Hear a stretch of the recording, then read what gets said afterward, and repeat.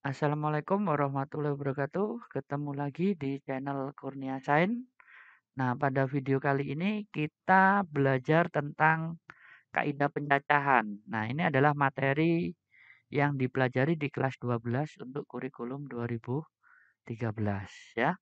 Nah, sebelum kita mulai, pastikan kalian klik tombol like-nya dulu dan jangan lupa untuk klik tombol subscribe dan pastikan juga nyalakan loncengnya. Oke? Nah, kita lanjut ke pengertian kaidah pencacahan. Kaidah pencacahan atau counting rule didefinisikan sebagai suatu cara atau aturan untuk menghitung semua kemungkinan yang dapat terjadi dalam suatu percobaan tertentu. Jadi ini adalah sebuah aturan untuk menentukan banyaknya cara dari kemungkinan percobaan-percobaan tertentu. Oke? Nah, kaidah pencacahan itu terdapat beberapa metode. Di antaranya yang pertama, ini adalah metode aturan penjumlahan. Kemudian yang kedua, metode aturan perkalian. Dan yang ketiga, itu metode aturan pengisian tempat atau filling slot. Ya, nanti Pak Adi akan jelaskan satu persatu dari ketiga metode ini. Oke, kita langsung bahas nomor satu, yaitu metode aturan penjumlahan. Nah, misalkan suatu peristiwa dapat terjadi dengan n cara yang berlainan atau saling asing ya. Nah, di sini cara pertama itu terdapat peristiwa P1 kemungkinannya nanti hasilnya yang berbeda ya. Kemudian cara yang kedua ini akan memberikan P2 yaitu peristiwa yang kedua kemungkinan juga menghasilkan hasil yang berbeda pula. Nah, dan seterusnya sampai cara ke N, ini juga akan memberikan PN, kemungkinannya juga berbeda.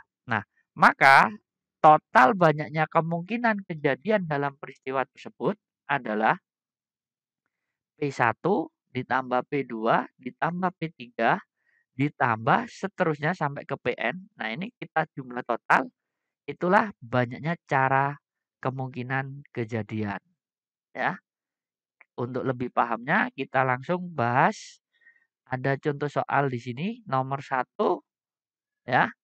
Samsul seorang pelajar SMK negeri di Kota Baru. Samsul memiliki 3 jenis alat transportasi yang ia kendarai dari rumah ke sekolah. Nah, antara lain itu ada 2 buah sepeda angin ya, yaitu sepeda BMX dan sepeda gunung. Kemudian ada 3 buah sepeda motor yaitu Yamaha, Honda, Suzuki. Dan satu buah mobil. Nah, pertanyaannya, berapa banyak cara Samsul untuk berangkat dari sekolah ke rumah? Nah, dari soal ini kan yang diketahui sepeda anginnya ada 2 buah, yaitu BMX sama sepeda gunung. Kemudian sepeda motornya ada 3 buah, yaitu ada Yamaha, Honda, Suzuki, dan mobilnya ada satu. Nah, ada berapa banyak cara Samsul untuk berangkat dari sekolah ke rumah menggunakan alat transportasi ini? Tapi salah satu aja ya, jangan dipakai semua untuk berangkat sekolah. Itu jelas nggak mungkin.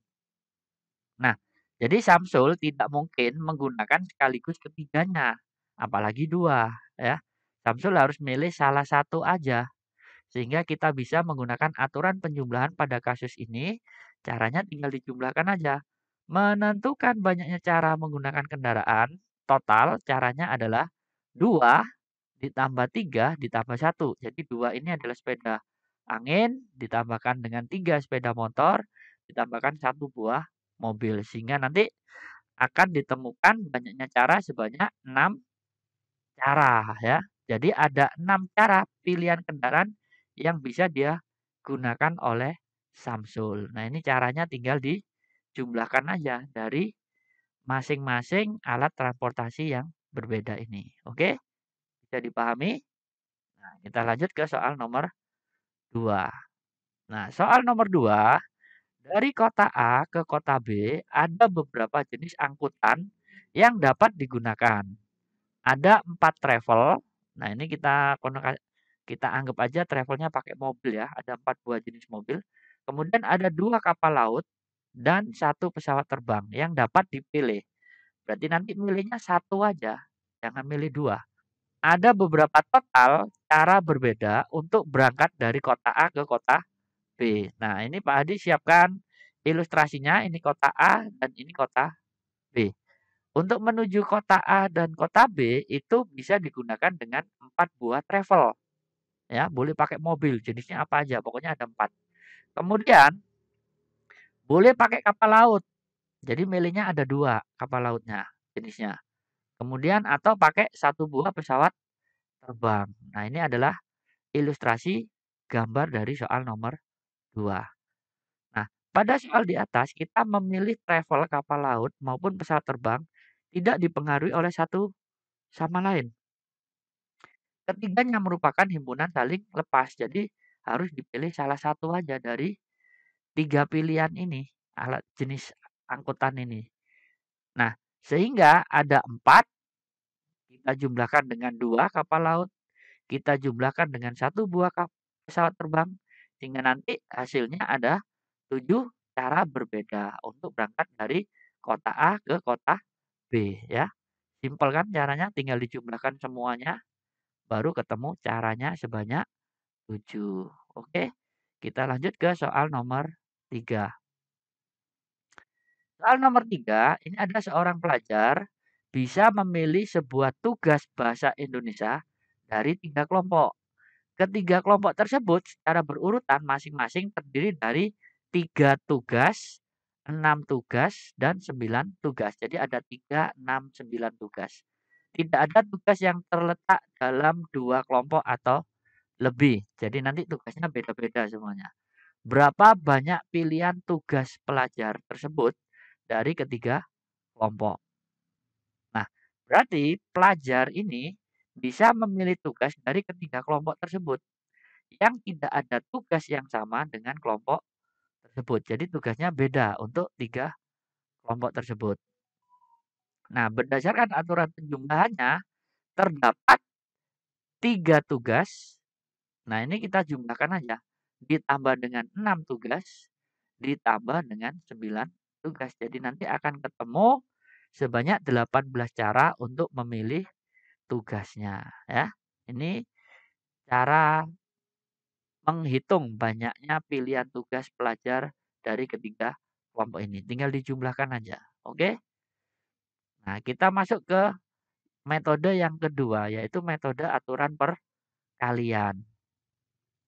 Apabila suatu peristiwa terdiri dari n tahap atau kejadian yang berurutan di mana tahap pertama dapat terjadi dalam I1, kejadian yang pertama, itu memiliki cara yang berbeda. Kemudian tahap yang kedua dapat terjadi dalam Q2, yaitu kejadian yang kedua, dengan cara yang berbeda. Dan seterusnya sampai tahap ke N. Dapat terjadi dalam Qn dengan cara yang berbeda pula. Nah, maka total banyaknya peristiwa tersebut dapat terjadi adalah, nah berarti nilainya Q1 tadi, kita kalikan dengan Q2, kita kalikan dengan Q3, kita kalikan sampai kejadian Q ke N. Ya, Qn-nya. Jadi kita kalikan semua, kita hitung totalnya ya. Nah, kita perhatikan contoh soalnya aja. Soal yang pertama, suatu perusahaan baru memiliki 2 karyawan, yaitu Anton dan Doni. Perusahaan tersebut menyewa 1 lantai di suatu gedung perkantoran yang terdiri dari 10 kantor. Jadi dalam 1 lantai ada 10 kantor. Nah, setiap lantainya. Berapa banyak cara menempatkan karyawan tersebut ke dalam kantor yang berbeda. Nah, kalau ada soal seperti ini, Pak Hadi akan siapkan 2 kotak dulu. Nah, ini kantor yang pertama, apakah ini untuk Anton atau untuk Doni. Kemudian kantor yang kedua. Ya, ini dipilih salah satu dari 10 kantor. Yang pertama, nah Anton. Jadi Anton ini kita anggap kita beri kesempatan untuk memilih 10 kantor ya. Berarti nanti di kotak pertama ini Anton berhak memilih 10 kantor itu terserah mana aja. Jadi peluangnya Anton memilih ada 10.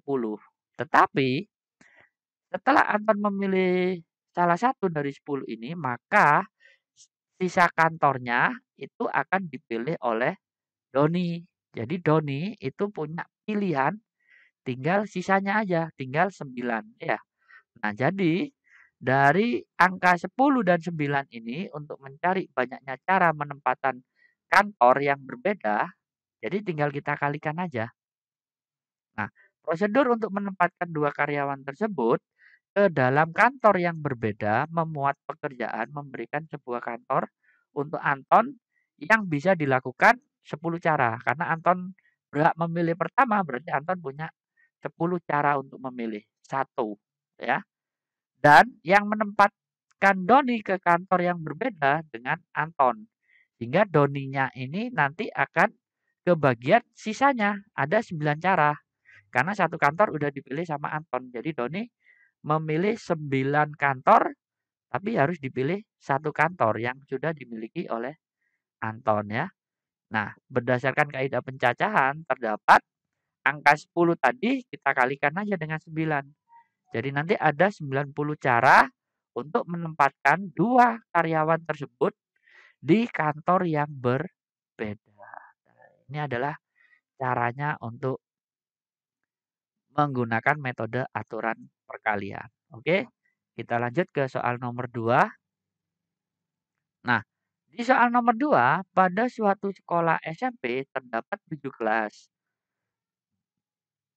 Masing-masing kelas ini memiliki siswa sebanyak 35 siswa. Berapa banyak siswa yang berada di sekolah tersebut? Ya.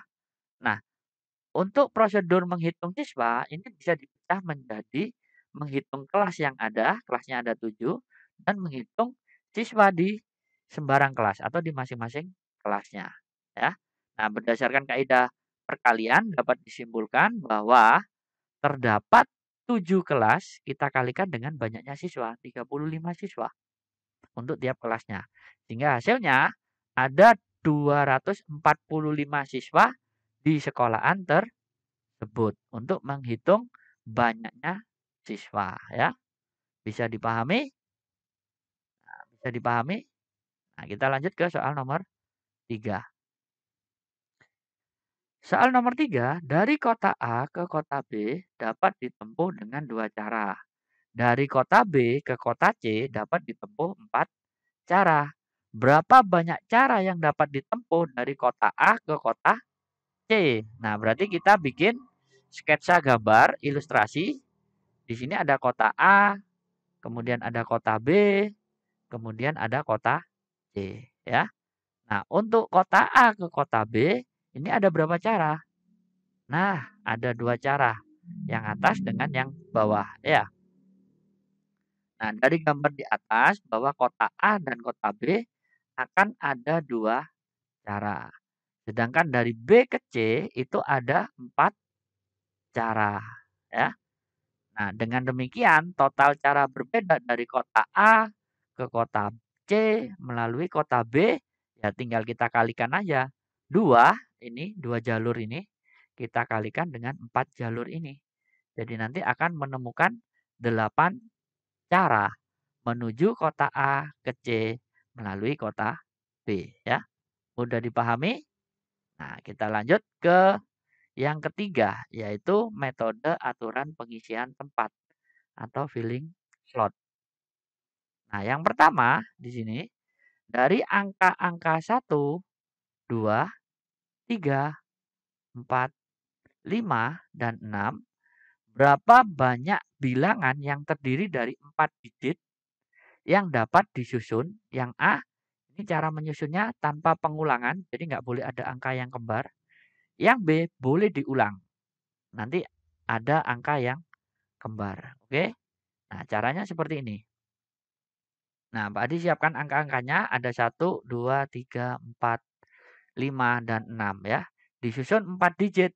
Nah, 4 digit ini berarti Pak Adi bikin untuk tanpa pengulangan. Pak Adi akan bikin 4 kotak. Kotak yang pertama ini nanti untuk ribuan. Kotak yang kedua untuk ratusan. Kotak yang ketiga untuk puluhan dan kotak yang terakhir adalah satuan. Karena ada 4 digit ya. Nanti kayak ada 1000 berapa, 2000 berapa, 3000 berapa, ya. Itu kan ada 4 angka di situ. Oke? Nah, kita siapkan di sini kotak kosongnya.